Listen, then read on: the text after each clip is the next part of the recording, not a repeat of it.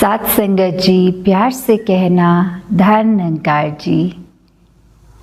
यहाँ संगत के रूप में जो एक अभी आप 2 घंटों से लगभग जो सुन भी रहे हैं,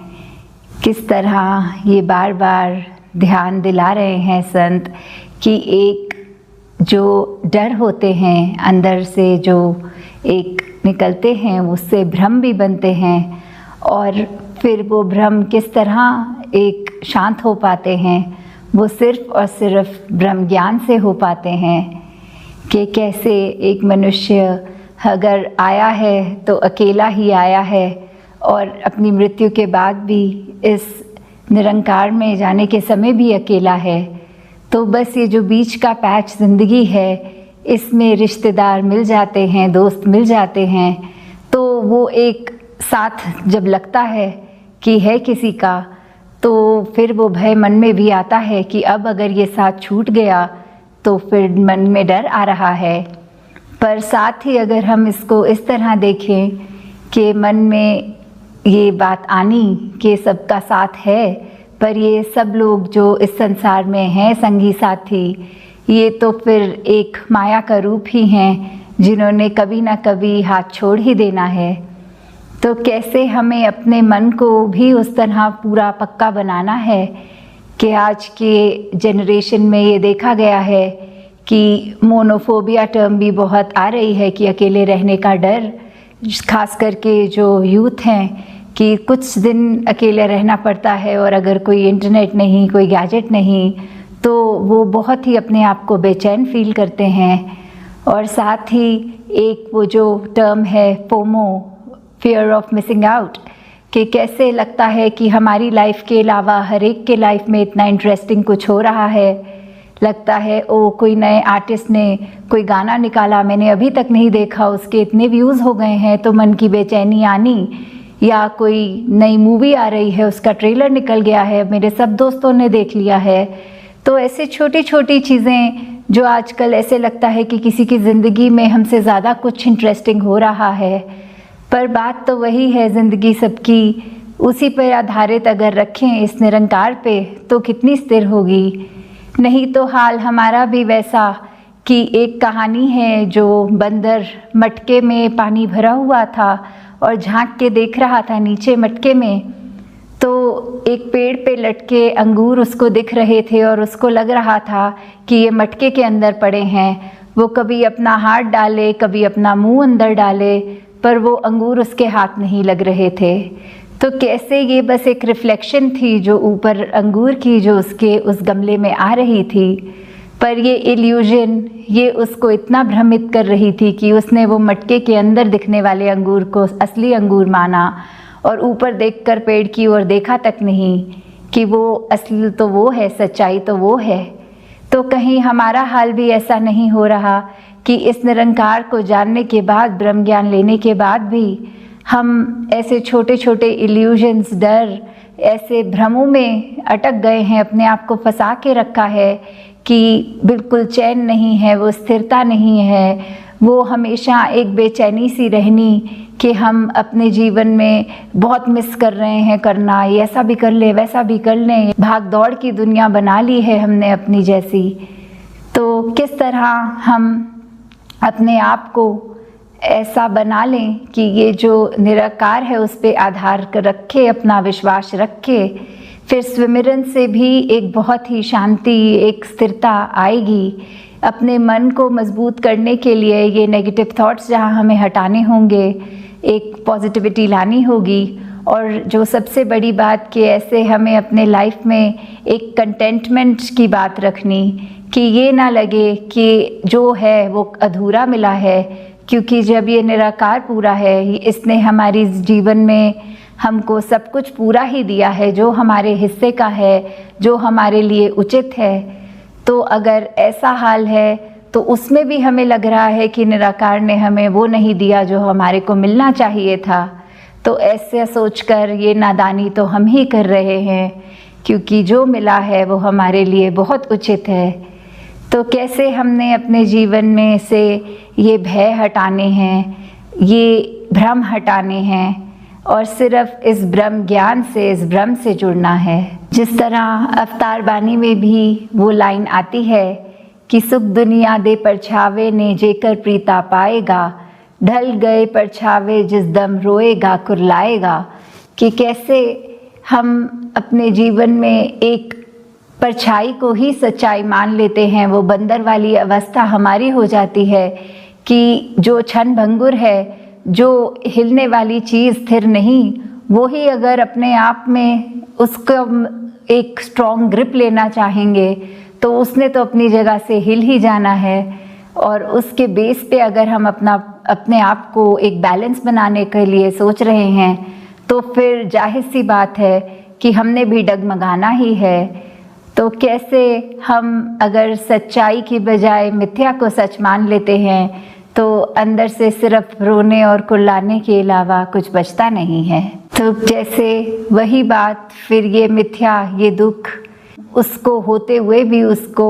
ऊपर एक स्थिति उसके आ सकते हैं जो एक आनंद की अवस्था, कि दुख को भी दुख को ना माने। तो कैसे फिर अवतार बानी में ये दर्जित है कि जगदा मालिक याद होवे ता दुख भी देंदा दुख नहीं, जगदा मालिक याद होवे ता रहंदी कोई भुख नहीं। कि कैसे एक हमारे अवस्था कि वो दुख हो सुख हो, वो सब हमें इस निरंकार के भाने में रहने के समय में उस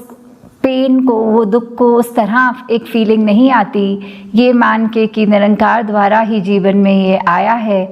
तो हम उससे बहुत जल्दी उभर पाते हैं। वो सिचुएशन हमारे को फिर बहुत टेम्पररी लगती है। और कैसे फिर कंटेंटमेंट की कोई भूख भी नहीं कि कुछ करना, हाँ लाइफ है, एक कर्म करने हैं, वो कर्मों के लिए नहीं कह रहे कि रुक जाना है,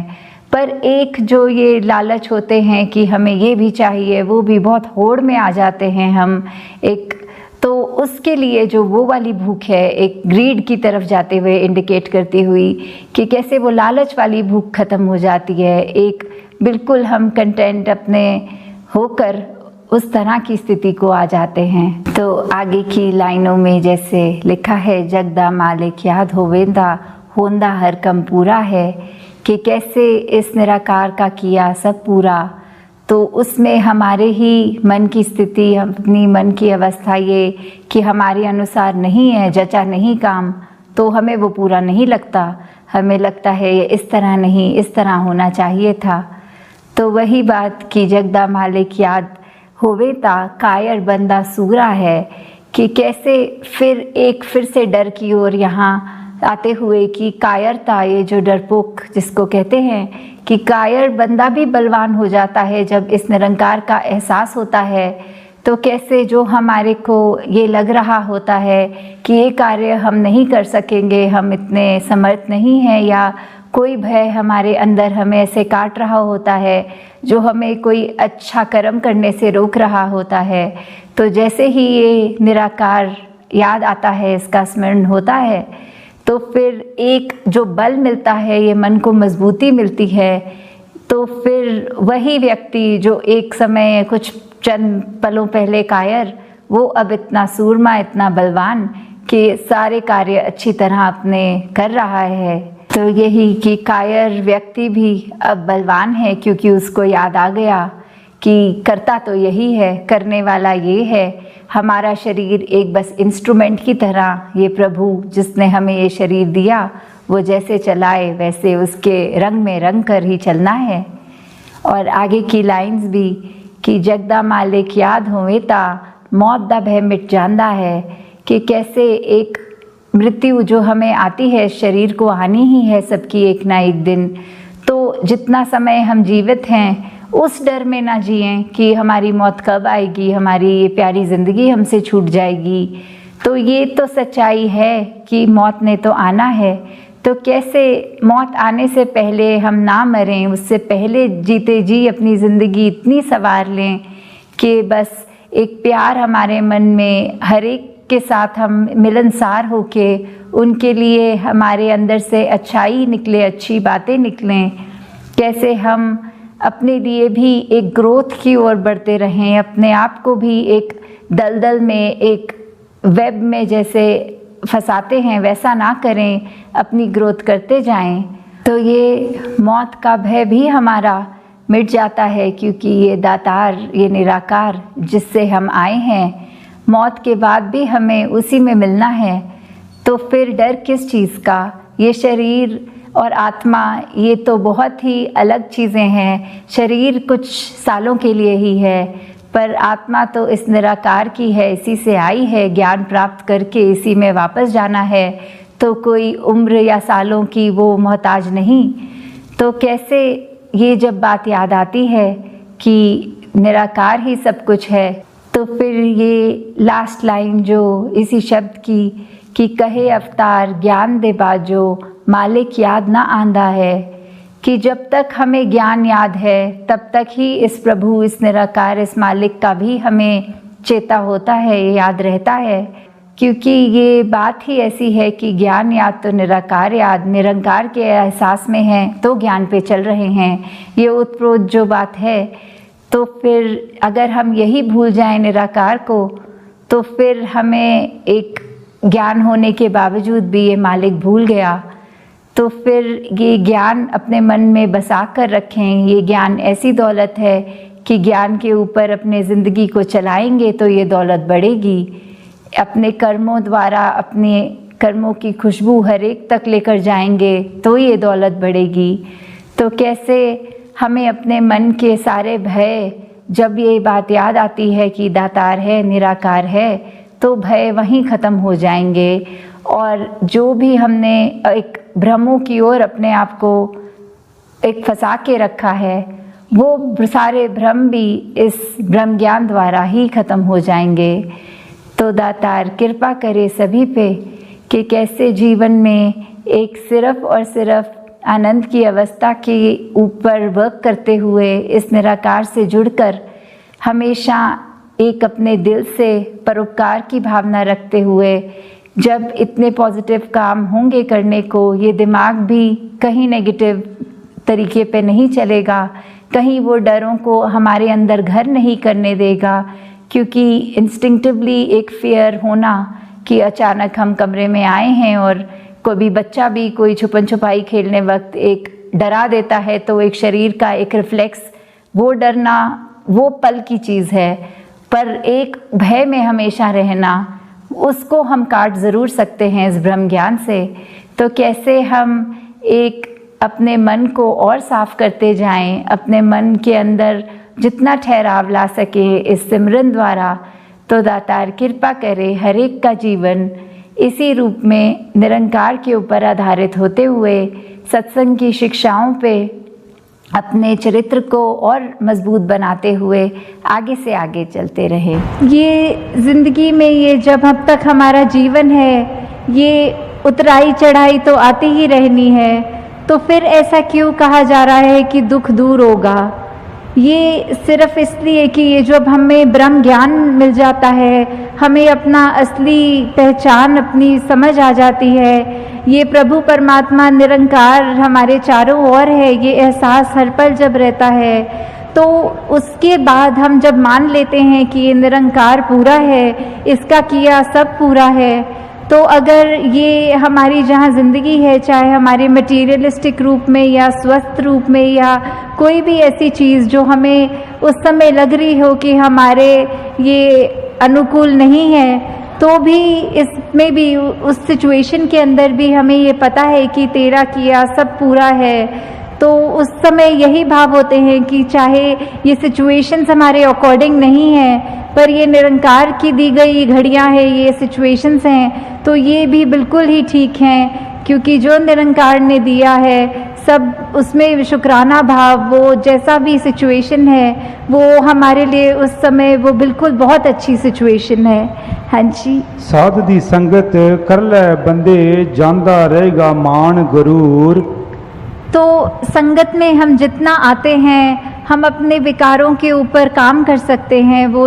बातें ये एक तरह से जो मोती हैं इस इतने बड़े तालाब में, वो उसको चुन चुन के, जिसमें एक एक मोती की वैल्यू इतनी आ रही है, तो मन से हमारे जो भी खामियां हैं वो सब दूर हो जाती हैं। और सिर्फ ये अच्छे भाव ही, जो ये सब संत महात्माओं के साथ जो आप सब ब्रह्म ज्ञानी यहाँ बैठे हैं, तो किस तरह वही भाव हैं जो ज़िंदगी को तब्दील कर सकते हैं। जहाँ मन में हमेशा प्यार और ऐसी अच्छी भावनाएं होनी चाहिए और बिल्कुल भी ये गुरूर और उस तरह की खामियां नहीं होनी चाहिए। तो ये सब हमें फिर सत्संग की इम्पोर्टेंस के ऊपर ही दर्शाते हुए कि ये सब भी फ़ायदे हमारे तब तक जीवन में हैं जब तक हम सच्चे मन से सत्संग आके सत्संग को सत्संग की तरह करके सिर्फ वो ना समझ कर कि आए हैं और इतने से इतने बजे तक का अनाउंसमेंट है सत्संग का, तो आए बैठे सुने चले गए, पर वो सब हमें अपनी लाइफ में इम्प्लीमेंट करना है। जब तक सुनकर उनको कर्मों में नहीं ढालेंगे, अपनी सोच को नहीं बदलेंगे, तब तक वो शब्द सिर्फ शब्द तक ही रह जाएंगे। हाँ जी। साध दी संगत कर ले बंदे अण डिठा रब पाएगा। तो जब हम ये संतों के बीच में विचरण कर रहे हैं अपना ये संगत में, तो ये हमें क्या, हर एक जो संत है ब्रह्मज्ञानी है वो परिचित है इस प्रभु परमात्मा निरंकार से। सबने रूबरू होकर आमने सामने ये परमात्मा को जहाँ देखा है, और वहाँ कहा भी जाता है कि ये परमात्मा को कोई नहीं देख सकता, पर यहाँ इतने दावे से अवतार वाणी में ये अगर अंकित है कि ये अनडिठा दिखेगा, तो उसका मतलब क्या है कि हम जब तक अपने आप को सरेंडर नहीं करते, ये हमारी जिज्ञासा कि हमारी असली पहचान, हमारा मकसद, हम क्या इस जीवन में करने आए हैं और किस से आए हैं, किस में जाना है, जब तक वो अपना नहीं समझेंगे, सिर्फ ये शरीर तक ही में सीमित हो जाते हैं कि ये शरीर ही मैं है। पर ऐसा नहीं है। जो आत्मा है ये तो शरीर से बहुत ऊंची है, ये इसी परमात्मा का अंग है जो हमारे अंदर है। तो कैसे हमें ये ब्रह्म ज्ञानियों के संग करने से ये ज्ञान की दात अपनी झोली में भी मिल सकती है। हाँ जी। साध दी संगत कर ले बंदे फलदा फुलदा जाएगा। तो ये फलदा फुलदा का भाव जो होता है कि कैसे हम खुशी हर समय की वो ले सकते हैं कि अगर कुछ ऐसा भी है जो हमारे को ठीक नहीं लग रहा, हमारा मन परेशान होने की बजाय उस घड़ियों में भी कैसे खुशी ढूंढे। तो ये सब तभी है जब हमारे मन में वो कामनेस होगी, हमारे मन में ये सिर्फ अपने आप को सेल्फ फोकस्ड रख के कि हमने सत्संग आना है, अपना सुधार करना है, दूसरों की कमियों पे उंगली नहीं, उनकी कमी नहीं देखनी, बल्कि अपने आप को देखना है। तो ये हम तब तक ही प्रफुल्लित होंगे जब तक हम ये सत्संग सुनकर अपने अंदर ही वो भावों के अंदर उजाला पैदा करें। जी। साध दी संगत कर ले बंदे पीवेंगा तू अमृत रस। तो सत्संग में हर कोई बोल जो भी बोला जाता है वो अमृत के समान होता है कि कैसे ये जो अमृत है इतनी कीमती, ये ऐसा वो उसको सिग्निफिकेंस तो अमृत का हमेशा एक होली वाटर जल की तरह लिया जाता है, पर संतों के वचन इतने कीमती हैं कि उनकी वैल्यू भी उसी के समान की है कि अगर जैसे बोला जाता है कि अमृत ले लिया तो हमेशा के लिए अमर हो गए, तो वैसे ही संतों के वचनों को अगर हमने अपने मन से सुना, सिर्फ कानों से नहीं, तो ये मन हमेशा एक खुश रहेगा, हमारी अंदर आत्मा वो अमृत रूप का ये रस लेकर हमेशा के लिए ही कायम दायम रहेगी। जी। साध दी संगत कर ले बंदे हो जान पंजे तेरे वस। तो ये पंजे, ये पांच वो जो हम सुनते हैं कि ये इंद्रियां होती हैं, काम क्रोध मोह लोभ अहंकार, तो ये पांच हमारे ऊपर कैसे कभी कभी हावी हो जाती हैं। किसी ने अगर कुछ कह दिया, थोड़ा सा भी तारीफ कर दी, तो वो मन में अहंकार आ जाता है। कभी तो उस एक्सटेंट तक भी आ जाता है कि वो इतना सूक्ष्म होता है, हमें पता तक नहीं लगता कि कैसे हमारे अंदर किसी की तारीफ ना भी करे हुए हमें अपना गुण कोई खुद ही अगर रियलाइज हो जाता है, तो वो हमारे जैसे बोलते हैं सर पे चढ़ जाती है बात कि कैसे वो धीरे धीरे वो हमारा अहंकार का रूप ले लेता है। वैसे ही अगर किसी ने कुछ अगर बोल दिया जो हमें पसंद नहीं आई बात, तो हमारा मन कैसे क्रोधित हो जाता है। ऐसे ही ये बाकी भी जो जिक्र हुआ पांचों का, तो कैसे हमारे मन में ये अगर हम पर हावी हो रही हैं तो हमारा बिल्कुल उसमें क्या योगदान, ये जो हमारे अंदर चेतना है हम उसको कितनी इस्तेमाल कर रहे हैं। जैसे उदाहरण के तौर पे अगर कोई बोलते हैं कि जंगली घोड़ा जो बेलगाम है वो इधर उधर भाग रहा है, पर जब उसमें लगाम लगाकर एक एडजस्ट किया जाता है अपने हाथों से, घोड़सवार उस पर चढ़कर फिर वो किसी भी डायरेक्शन में उस घोड़े को ले जा सकता है। तो वैसे ही हमने अंदर ये चाहे कितने इमोशंस हैं ये हम फील करते हैं, पर हमने इन इमोशंस के वश में नहीं होना,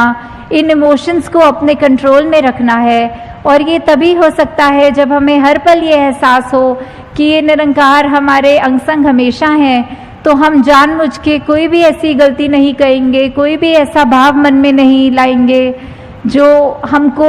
ऐसा हावी हो जाए कि हम वो जानवर रूप ले लें, एक इंसान के शरीर में होके मनुष्य तन जो इतने दुर्लभ होता है उसके बावजूद अगर हम ऐसे अपने अंदर डाल देते हैं, ये इनको हावी होने देते हैं, तो ये हमेशा ये एहसास रहे, ये भय रहे कि ये परमात्मा ने जिसने हमको ये शरीर बख्शा है, इसकी सोच, इसके इमोशंस जो बच्चे हैं वो हम नेगेटिव की बजाय अपने आप को एक पॉजिटिविटी की तरफ ले जाएं। जी, साध दी संगत कर ले बंदे कायम दिल दा पारा रहे। तो वही टेम्परामेंट की बात आ रही है, ये पारे की बात, कि कैसे कभी भी हमारा किसी स्थिति में जब देखकर हमारे अनुसार वो नहीं चल रही होती तो मन इतना तंग हो जाता है कि फिर हमको अपने बोलों पे भी कंट्रोल नहीं रहता, हमारे दिमाग में इतना गुस्सा भर जाता है कि हम अपने बिल्कुल चैन गंवा देते हैं और दूसरों को भी कठोर वचन बोल देते हैं। तो इस पारे को कैसे कंट्रोल करना है, वो जो सहज भाव की बात की, चाहे ये बैलेंस्ड अप्रोच हो एकदम, कि स्थिति वही बात जैसे पहले भी दासी कह रही थी कि कोई भी घटना हो रही हो हमारे साथ, कैसी भी सिचुएशन हो, तो भी एक रस ये अपने आप को बिठाकर कि मन में कि कोई बात नहीं, हमें दुख में बहुत दुखी नहीं होना और सुख में बहुत खुशी नहीं लेनी। तो किस तरह ये अपने आप को कंट्रोल की बात नहीं है, ये वो अवस्था का जिक्र हो रहा है कि सहजता, जैसे एक नदी है वो अपने आगे अगर पत्थर भी आ रहे हैं तो अपने आप को ऐसे वो पानी टर्न कर लेता है कि ऑब्स्ट्रक्शंस हैं, पर पता है कि बहना तो नीचे की तरफ ही है, ये विनम्र होकर बहना है, वो उसका एक पाथ है। तो वो उस कठिनाई देखकर उस पे वो नहीं कहना कि अब आगे एक रुकावट है, इतना बड़ा पत्थर है, तो अपने आप को मोल्ड करना, वो बात की सहज अवस्था का जिक्र कि ये कैसे हमने कुछ भी हो अपने आप को ये इस तरफ इंक्लिनेशन नहीं रहनी कि हमारे को नेगेटिव होना है, बल्कि कोई दूसरा सोल्यूशन देख के अपने रिएक्शंस को चैनलाइज करके एक पॉजिटिविटी की तरफ आना है। हाँ जी, अवतार मिले जे साधु पूरा मन ना हे आवारा रहे। तो कैसे ये जो मन की अवस्था की बात है कि कैसे हम पल पल में हमारा मन भटकता रहता है। कभी हम अगर कहीं होते हैं, काफ़ी लोग, कभी हम अपने घर परिवार में भी किसी से बात करते हैं तो एकदम बात करते करते ख्याल ही कहीं और चला जाता है और फिर एकदम ऐसे झटका लगता है जब अगर कोई पूछता है कि आप सुन भी रहे हो मेरी बात की नहीं, तो एकदम पता लगता है कि हम चाहे फिजिकली उस कमरे में हैं, उस व्यक्ति से बात कर रहे हैं, पर हमारा ध्यान भटक गया, हम कहीं और ही अपने वो चले गए। तो ऐसे ही ये जो मन है ये भी किसी भी डायरेक्शन में कभी कहीं पे जब होता है तो कुछ और सोचने लगता है, कुछ और करने लगता है। ये वो चैन, ये सुकून उस समय उस मन से वो गायब होता है। तो कैसे सत्संग के माध्यम से ये साधु का जो संग है, आप सब महात्मा जो इतने उस कोटि के हैं उच्च, तो ये निरंकार सबके अंदर जहाँ बस रहा है, जब हम जितने ज़्यादा इंटरैक्शंस अपने, जैसे बोलते हैं संगत का असर, ये संगत से हमने ग्रहण करनी है पॉजिटिविटी, और वहीं से हमने अपने मन को भी काबू में रखना है, क्योंकि जब तक हम अपने मन पे काबू रख रहे हैं, अपने सोच विचार को ठीक रख रहे हैं, तभी हमारे आत्मा पे भी उसका वही इम्पैक्ट आना है। तो हमने अपने मन को उस तरह कभी आवारा नहीं होने देना और इस तरह के अपने आप को वो भाव रखने हैं कि चाहे जो भी हो हमारे साथ, हमें सिर्फ और सिर्फ ये रखकर मन में कि हमारे को अपनी असली पहचान मिल गई, हमारे अंदर जो गुण हैं, जो सदैव से संत निरंकारी मिशन की आज जहाँ 90 वर्ष भी हो गए हैं, तो वो जो एक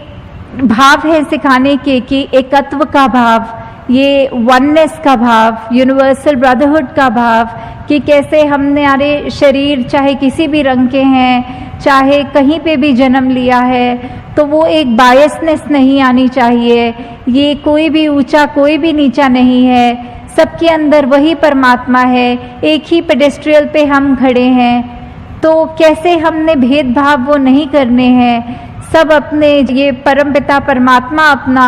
तो परमात्मा की सारी रचना भी उसी समान एक ही पेडेस्ट्रियल पे, तो कैसे हमने हमेशा यही भावों को कायम रखना है कि हम कोशिश करके जितना भी हो सके ये चेतनता को अपनी रखकर कि हमारे अंदर चाहे कोई भी कैसे भी भाव हो, चाहे मन उथल पुथल हो रहा हो, तो हमेशा एक स्टेबिलिटी की तरफ एक वो अप्रोच रखते हुए, वो नेगेटिविटीज़ में ड्वेल ना होते हुए, सिर्फ और सिर्फ यही देखकर कि हम जितने the more we are like God as much as we can be, जितने गॉडलीनेस अपने अंदर अपनाएं, जो गुण इस प्रभु परमात्मा के हैं, जो वही गुण हम अपने अंदर जितने भर सकें, बिकॉज वो बात वही आती है कि हम एक स्पिरिचुअल बीइंग्स हैं जो एक ह्यूमनली एक्सपीरियंस ले रहे हैं। तो सिर्फ ये शरीर के अंदर आके भ्रमित हो गया ये आत्मा भी कि सिर्फ शरीर तक ही ये कायम है, जबकि उसकी असली पहचान तो बहुत ही एलिवेटेड है। शरीर ने तो एक दिन ख़त्म हो जाना है, पर ये आत्मा का अपने परमात्मा से जो मिलन होता है, ये हमको इस दुनिया में रहते रहते करना है। चाहे अपनी जिम्मेवारियां ये आए हैं जब इस मनुष्य तन को लेकर, तो उसमें गृहस्थ भी है, उसमें कामकाज भी है, उसमें और भी जो भी जिम्मेवारियां हैं उनको तो करना ही है, रिस्पॉन्सिबिलिटीज से पीछे नहीं होना, पर साथ ही साथ ये याद रखना है कि हमारी प्रायोरिटी क्या है, ये हमने जन्म क्यों लिया है, हमने अपनी आत्मा को रिफाइन करना है। ठीक है, शरीर का जहाँ ध्यान रखना है वो तो रखना ही है कि ये परमात्मा ने जो शरीर हमको बख्शा है, तो वो चाहे एक्सरसाइज का फॉर्म करे या जैसे भी, कि हमें अपने उस तन को जितना एक्टिव रखेंगे उतना ही हम वो जस्टिस कर पाएंगे कि ये हमको मिला है बीमारियों से दूर रह के। फिर भी असल बात ये है कि आत्मा का ही ये सारा खेल है, तन ने तो एक दिन ख़त्म हो जाना है, पर जब तक हमारा ये लाइफ स्पैन है, हम क्या कर रहे हैं उस तन के साथ, क्या हम अगर कोई कष्ट है, हम अपनी सोच विचार कैसे रख रहे हैं। ठीक है, एक रिस्पॉन्सिबिलिटी अपने शरीर की तरफ कहती है कि डॉक्टर पे चले जाओ, अपनी मेडिकेशन कराओ, पर अगर उसके बाद भी ये तकलीफ जारी रहती है या फिर कभी ऐसे धन की बात भी आती है कि आर्थिक वो इतनी स्टेट ठीक नहीं हो, तो भी हम अपनी मेहनत से वो गुरेज ना करें, हम मेहनत पूरी करें, डॉक्टरों पे जाएं, पर फिर भी अगर हमारा कष्ट दूर नहीं है तो उसमें हमें ये शिकवा बिल्कुल नहीं करना निरंकार से, परमात्मा से, कि हमको क्यों ऐसा कष्ट मिला, हमने ऐसा क्या किया, वो हमें शिकवा नहीं करना, सिर्फ शुक्राना करना है कि दातार हो सकता है हमारी तबीयत और बिगड़ सकती थी, पर शुक्र है सिर्फ इस छोटे में ये तकलीफ काट रहे हो, इसी में ही शरीर का गुजारा हो रहा है। तो वही बात, अपने मन को भी उस तरह काबू रखना कि चाहे हम अपनी कोई खामी देखें भी तो अपने आप को इतना ना कोस लें कि एक वो डिप्रेस स्टेट में ले आएं कि हमारे अंदर तो बहुत कमियां हैं, पर वो अप्रोच रख के कि हाँ, अगर हमें समझ आ गया है कि हमें अपने लाइफ के कितने एस्पेक्ट्स पे कहाँ कहाँ काम करना है, तो धीरे धीरे एक एक गुण पकड़ के उसको अपनी ज़िंदगी में उतारें। तो दासी, आप सबका और ज़्यादा समय नहीं लेना चाहती कि सब दूर दूर से भी यात्रा करके आए हैं और घरों को भी जाना है, और अभी भी कितनी संगत है जो पंक्तियों में भी है, तो सत्संग का भी समय अब हो चुका है। तो दासी, आप सबसे यही एक कामना करते हुए, आशीर्वाद अपने लिए भी लेते हुए और सब संगत के लिए, कि ये निरंकार प्रभु परमात्मा से हमारा जो एक एहसास की बात है कि ये फीलिंग कि we are always surrounded by Nirankar, this God almighty, which ever name we want to call it by, कि हम जिसमें भी आस्था रख रहे हों उस नाम को भी अगर लें कि वो जो शक्ति है वो हमारे साथ अंग संग है, और वो संतों ने तो युगों युगों से, चाहे कोई भी युग रहा हो, हमसे क्या चाहा है, एक इंसान होने के, एक ह्यूमन वैल्यूज़ होने के, एक इंसानी गुण हमारे अंदर होने हैं। तो हमको अपने आप पे एक ये वॉच रखनी है, ये इंट्रोस्पेक्शन करते रहना है कि क्या हम उन ह्यूमन वैल्यूज़ पे चल रहे हैं या फिर हमारा दिल और दिमाग हमें कहीं और लेके जा रहा है। तो दासी आप सबका एंड में सिर्फ ये धन्यवाद करते हुए कि इतने इनकन्वीनियंस भी चाहे हुई होगी दूर दूर से आने में, तो भी आप सब ये समय निकाल के सत्संग को दे रहे हैं, जो उसी के साथ साथ सेवा और सुमिरन भी कर रहे हैं। तो दातार कृपा करे सभी पर कि चाहे ये जो भी तन मन धन सब परमात्मा का ही है और वो उसी काम आए, दूसरी नेगेटिव काम किसी ना आए। तो इन्हीं शब्दों से दासी आप सबसे आज्ञा लेगी। साथ संगत जी प्यार से कहना, धन्यवाद जी।